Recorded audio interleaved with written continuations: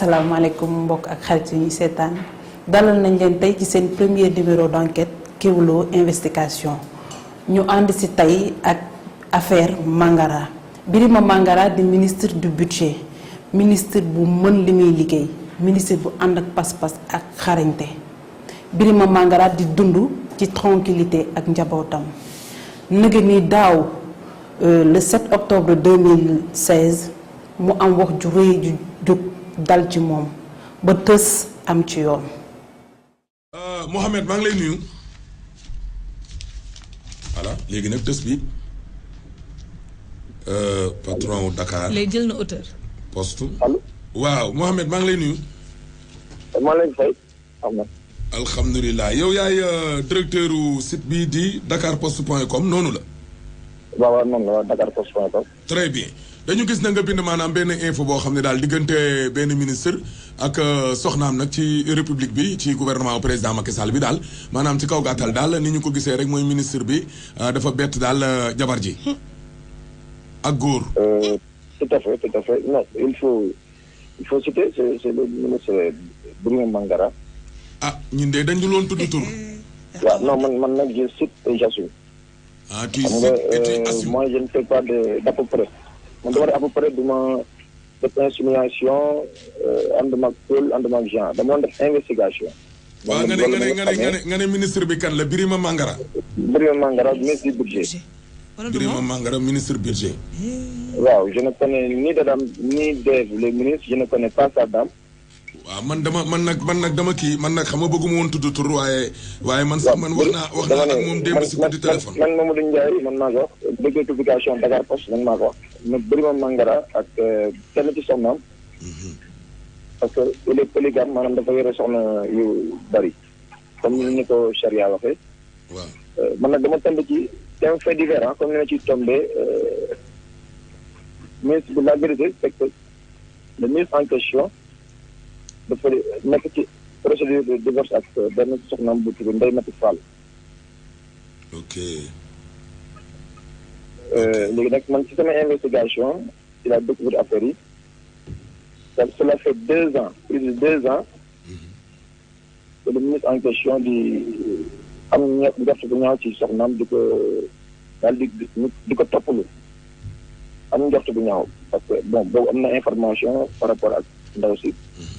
alors sans s'en rendre compte ndaw si aussi elle ne savait pas que elle était surveillée comme de l'huile sur le feu comme on dit alors moom nag benn filature bu discrète bon comme on dit comme toute chose a une fin elle a fini par être prise dans la main dans le sac. kan moo ko jàpp. waaw jëkkër ji moo am assez d'information ndax ndaw si dafa dëkk ci benn appartement boo xam ne du ma tudd tour et tout xam naa fi mu nekk et tout. te bokkul ak kër gi te bokkul ak këram. non ndaw si mooy fi ndaw si logé. waaw xam nga même si il est polygame dafa am ay soxna. waaw yéen fi mu logé ndaw si. waaw le ki nga xamante ne mooy si xel jabar bi nga liñ baal ma ci wax ji la gis muy génn mu suturaal ko. ok bon di topp information di topp filature bi di topp filature bi ba mu jot ci ay SMS yoo xam ne. soxnaam ak waajooju ki ma tuddee jigéen. ba dagg allo.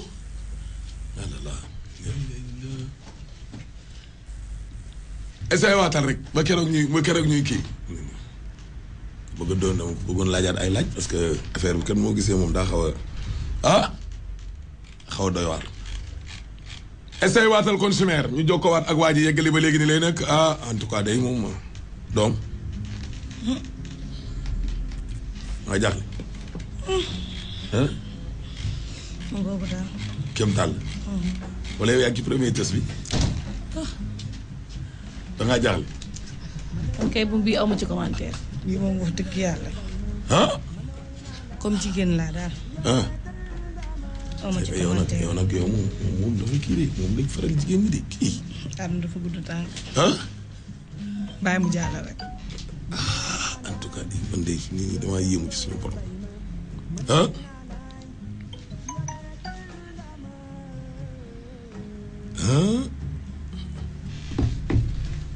demul ba tey.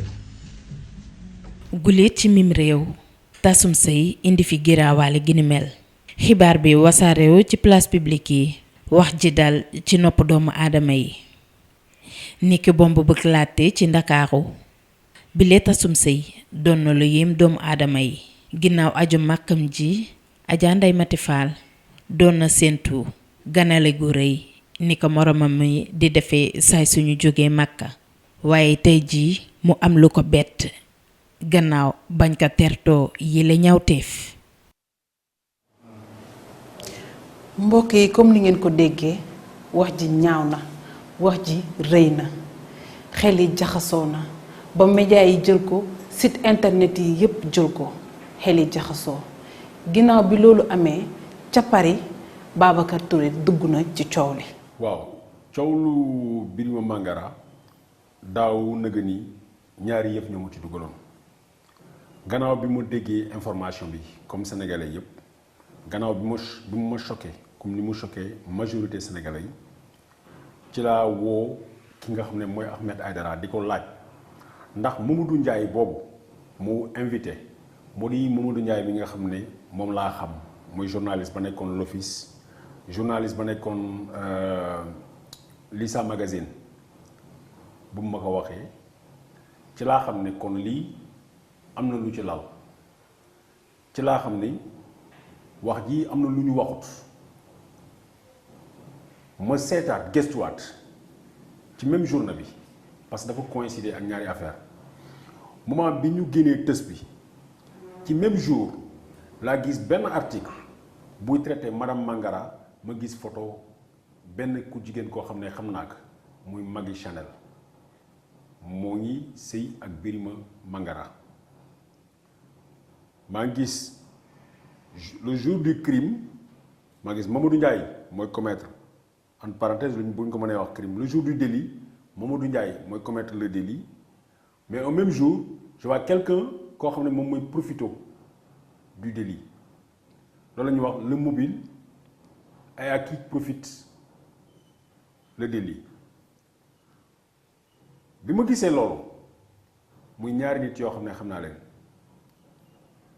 Mamadou Ndiaye mooy mennum journaliste fii ci Sénégal en tout cas boo xam ne tëj nañ ko ñetti atu kaso ndax ay chantage lay def nit ñi ndax extorsion de fonds mooy jox ma xaalis walla ma yàq la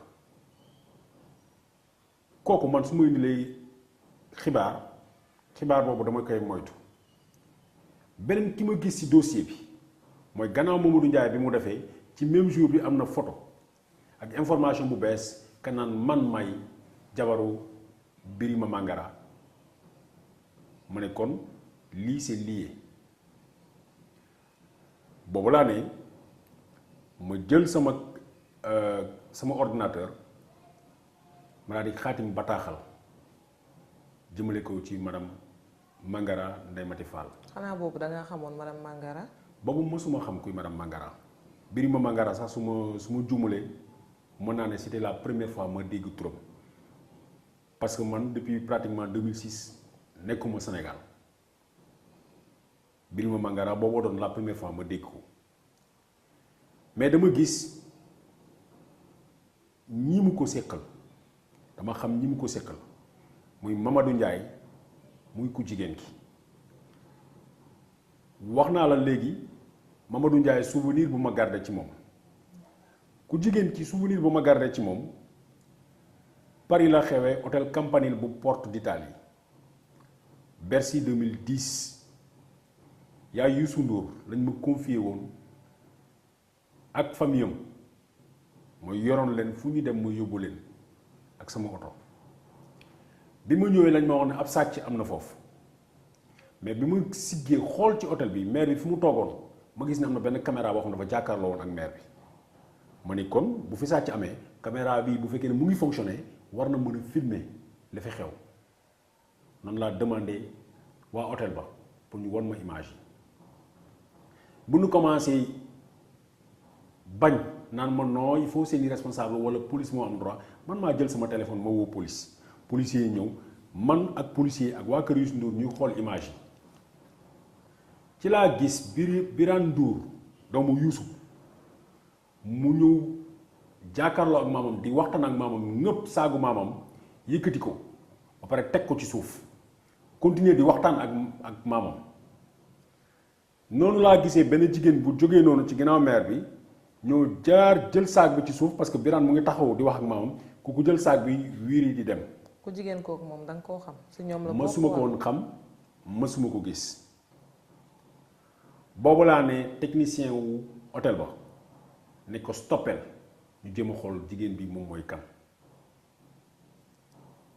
policier ne ah oui il a raison voilà la femme qui jigéen baa ngi nii di dem ak saag bi jigéen bi kan la rek ndey seen bu nduur yuuxu mooy rakku Youssou Ndour bi ki topp ci moom ne damaa bëgg a tas seen famille parce que maa ngi accusé jigéen boo xam ne kooku papam xaw ma yaayam moo ëppalee xaalis Abdoulaye Wade ma ne ko mais man sama yoon nekku ci ko ëppalee xaalis Abdoulaye Wade wala déet dama bëgg a xam kii moom mooy kan policier yi ne la oui il a raison il faut que ñu xam kii mooy kan parce que mu ngi dem ak saak te bu muy dugg ci champ bi amuloon saak ku jigéen kooku mooy Magui Chanel booba moo doon jabaru Birane ñu ne kon man dama bëgg a tas seen famille donc voilà souvenir bi ma gardé ci Magui Chanel souvenir u hôtel Campanile la gardé ci Magui Chanel souvenir u journaliste bu ñu tëj ndax chantage extorsion de fonds ak wax ju bon ci nit la gardé ci Mamadou Ndiaye ñoom ñaar bu ñu fëlee ci benn dossier ñuy tuumaal doomu aadama man dama ciy teey. yow kon da ngaa jàpp que ni ñoom ñaar dañoo complot pour buntuxatal madame Mangara. man dama gëm ni lii complot la dama gëm ni tuuma la bu amul boo xam ne bu ñu demee ba ci cappaandal bi doo am firnde boobu laa bind madame Mangara ne ko maa ngi lay baalu àq ci tuuru journaliste yépp ndax man ci laa bokk mais lenn naa la ko wax ba keroog ñuy dem ba jeexal yii benn journaliste mënul taxaw ci kanamu tribunal mu génne preuve ni jigéen bii da doon trompé jëkkëram jigéen bii da doon mooy jëkkëram ndax mooy kenn du ko def ci mbedd ci néeg lañ koy def ci kër lañ koy def te ku dugg sa biir néeg nga tëj sa bunt koo fa invité wul warul xam la fa xew ab journaliste bu amee fitam taxaw naan ñii dañ doon mooy journaliste boobu tooñkat la te bu tooñee taxaw ci tooñam am na lu tax. intervention Babacar Touré dafa mel ni lu fay coow li boobu ba léegi kenn waxatut ci kenn jëfatut ci dara ci diggante bi Ndeye Mati Fall di madame Mangara dem na porter ji plainte ki ñuy wax Mamadou Ndiaye lim koy toppee moo di diffamation. soxlawuñu woon sax uti ay preuve matériel yu bari pour xam ne Mamadou Ndiaye mii li muy wax dara tegu ci yoon bu ñuy fàttali contrairement li nga xam ne moom la waxoon de xamal ne ci maam Adama ak Awa la gëjoon a xam kuy madame Mangara kii di Mamadou Ndiaye dafa tàq ci répp ci famille Birima Mangara bu ñuy fàttali moom moo njëkkoon a bind ca mars 2016 ne kii di Madjiguène Diongue dafa am jëkkër ju bees ci xibaar jooju mu joxewoon ci Dakar Post daf ñu xamal ni jëkkër ju bees bu Madjiguène Diongue a Ndiaye la tudd te it bitim réew la nekk lu waral mu def loola dafa fekk dañ ko yónni ndax Birima Mangara boobu mu takkoon Magui Chanel bëgguloon kenn xam Magui Chanel dafa doon xaritu ay doomam loolu taxoon parewuloon pour siiwal sëy boobu ci article boobule Mamadou Ndiaye mu ngi xamal ni Magui Chanel moo nekk ñaareel la ci jëkkëram ju bees ji te it mu ngi doon xamale ni mel ni géwél buy tàggaate ni ñaar ñooñu dee keroog bu ñu dajee pour la première fois la ñu bëggante mu mel ni filmu Titanic bi Rose Dawson daje ak Jack. Mamadou Ndiaye tës rek doyoon nañu ñu xam ne kii li muy wax dara taxaw ci ndax bu ñu fàttaliku moo ñu waxoon ay investigation enquête ak filature ñoo ko mayee mu xam ni kii di madame Mangara da doon mooy jëkkëram. Le 4 mai 2017 mel ni ñuy xam li xar a xew Kewoulo.info dafa xëy ne tey la bésu dëgg ci procès Mamadou Ndiaye ak kii di Ndeye Mati Fall waaye tribunal bi ñu ko yaakaaree dëgg bi jógewu foofu Pikine la dëgg bi jógee ak woote bu xale bu jigéen. coow li déggaatuñ ci woon dara depuis boobu ak léegi ñu jékki-jékki xëy suba dégg la nga bindaat ci ana lu waral nga bindaat ci. waaw li waral ma bindaat ci mooy bu ñuy dellu sa ginnaaw dama diggoon madame Mangara ni ko li complot la waaye bu ñu demee ba ci biir lépp dina leer ndax dama gëm ni yéene néeg la borom a ci fanaan ba bëgg léegi nag dama ko def affaire personnelle ma enquête ci parce que pour man question d'honneur la il fallait que nit ñi ñu xam lan moo xew ci dossier bi au-delà de madame Mangara doom yi laa ciy xalaat au-delà de doomam yi yu war a màgg ñu nekk société boo xam ne société orale la dañ lay xas sa yaay fi defoon lii sa baay defoon lii fekk léeg-léeg lu ñuy wax yëpp ay tuuma la ma ne tuuma bi dinaa enquête ba ci biir xool lan moo ci nekk. ana ba nga enquêté loo gis. ci biir enquête bi lañ nekk ba benn fan madame Mangara daal di ma woo téléphone ni ma ah man de dafa am ku jigéen ku ma woo ni ma madame Mangara il faut ñu gisee parce que dama am ay photo pornographie yoo xam yaa ko defoon màgg il faut ñu gisee soo bañee ñu fësal photo yi ma ne ko loolu est-ce que am nga numéro nit ki mu ne ma déedéet amoo numéro nit ki ma ne ko d'accord booba laa seetlu ci samay contact mooy parce que enquête bi ma ubbi woon depuis 2016 mosuma ko tëj dama ciy continuer tey ma am ci benn information bu ndaw ma xam ci diw laale na ci diw wax na ci diw gis na ma koy rassembler ci saa si laa ko ne lii aubaine la mooy lii ñaan bu nangu la. parce que période boobu madame Mangara mu ngi yoon xaar tribunal ñu àtte ko ak Mamadou Ndiaye ci li nga xam ne diffamation la parce que diffamation délit de presse la. tandis que woote bi ni ko ñu gisee am nu ñu def li ko mooy vidéo bi ak photo bi dinañ ko def ci internet bi dinañ ko def ci place publique bi loolu chantage la tudd te chantage loi daf koy condamné délit la ma ne ko lii buntu la bu la yàlla ubbil noonu laa enquêté am numéro téléphone bi nga xam ne moo woowoon madame Mangara parce que bu mu ko doon woo nëbb numéro bu nëbb la ko doon wooye numéro privé la ko doon wooye ñu poussé suñuy enquête xam ni xale bu jigéen bii nu mu tudd ak fu mu dëkk ma woo ko téléphone. bu bëggee am dalal bi ngay waaj a dégg ba sa touche.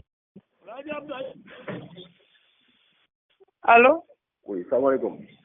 maaleykum salaam. waaw Ndeye Aminata Dieye. non non. du moom. oui man la kay. waaw ok c'est bien Babacar Touré laa tudd journaliste la. ah.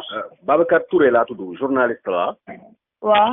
dama la woo parce que dafa am benn plainte bu ñu déposé léegi gendarmerie. madame Mangara moo ko déposé tout de suite contre yow yaa ko woo ak sa numéro téléphone di ko wax ay explication donc yor nañ sa photo yor nañ sa identité déposé na plainte léegi gendarmerie. xaw ma nag li ngay def li tax ku la ko def loo wala lu tax nga koy def.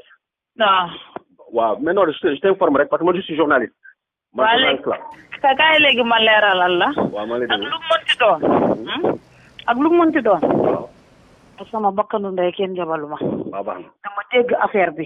waaw ma jàppee ko comme sama yaay parce que am naa yaay.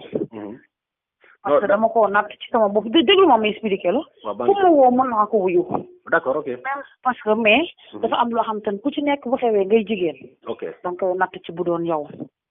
sama benn nit ku ma gis mu ni ma man de expliqué ma ko fa tey mu ni ma man de dama koo dégg man ko sa diggante yaay mais man ka man ma daane ka man de jaral na ma man lay am mais maanaam man ko je porte garant maanaam man ko jaral na ma gis ko ba ci moom ma dem ma ne ko diw mu ne maanaam man ko noo tudd mu ne ma nee laa tudd man ko jaral na ma dem ba ci moom ma ne ko tata mu ne maanaam ma ne ko am na ku yor ay photo mais mën naa ne ñoom nga jéema. mais est-ce que xam nga ni loolu di nga ko rédiger di nga dem gendarmerie wuyu ji ci loolu.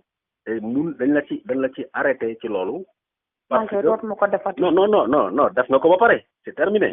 loolu def nga ko sa arrestation moo ci mën man journaliste la dama lay woo parce que plainte bi déposé nañ ko gendarmerie ba pare. léegi yow li nga mën a def déglu ma bu baax. li nga mën a def xam naa ne yow xamoo ci dara ci li ñu lay dugal. li nga mën a def mooy ki la ka defloo nga wax ko turam nga pare ci mu génne la ci plainte bi parce que lii affaire bu gudd la boo xam ne yow xamuloo sax nu mu demee. ay nit ay fen rek mu suul sama ndey ak sama baay bu nekkee nit teg na ma ko yàlla naa torox ci kaw suuf. wallahi lazim. ma ne yow kan moo la jox numéro am benn. kan moo la waxu xam nga waxu ay enregistrement ak waxu capture écran loolu lépp ay fen la bu ñu lal.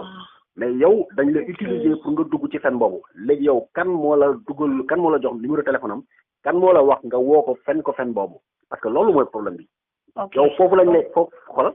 gis nga bu dee Mamadou Ndiaye la Mamadou Ndiaye tëj nañ ko kaso 2 atu kaso xaw ma ndax xam nga loolu. non dama lay expliquer bu dee Mamadou Ndiaye la. non du Mamadou Ndiaye barki salaatul faati ak mu suul sama ndey sama baay. man pare déglu ma expliquer la. dafa am benn waay. waaw dafa am benn waay bu tudd mais nag sëñ bi. man aw ma temps bu may perte fu mu mënee wax nga wax ma. dafa am benn waay bu tudd benn journaliste bu tudd Cheikh Hamidou Kane. ok journaliste bu tudd Cheikh Hamidou Kane. madame loolu amul fi Sénégal. Cheikh Hamidou Kane benn rek moo fi am ça n'a rien à voir ak journaliste. man de wallahi lazim kooku loolu la ma wax maa ko gis démb tombé mu expliqué ma ko. ma ci laa gis numéro bi. maa gis numéro bi. dafa gàtt dafa xees. loolu kese la ma wax. bi ma waxee ak moom ma ne ko na ñëw sama bureau ñu waxtaan mu wax ma lu mu xam ci dossier bi ñu génne ko ci ñun nañu xam ñan lañ ko séqal kan moo def lan.